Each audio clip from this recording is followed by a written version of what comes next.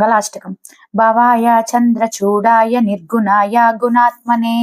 కాలకాలాయ రుద్రాయ నీలగ్రీవాయ మంగళం వృషారూఢాయ భీమాయ వ్యాఘ్రచర్మాంబరాయ చ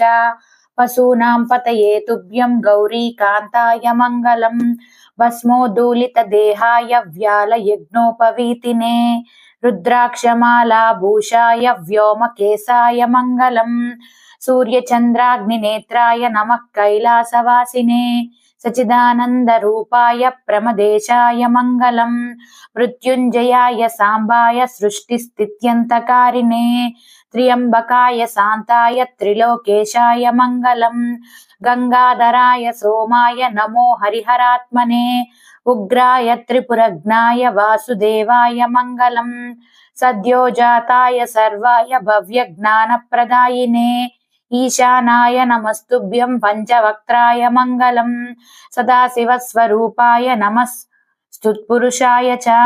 अघोराय च घोराय महादेवाय मंगलम श्रीचामुण्ड प्रेरितेन रचितं मंगलास्पदं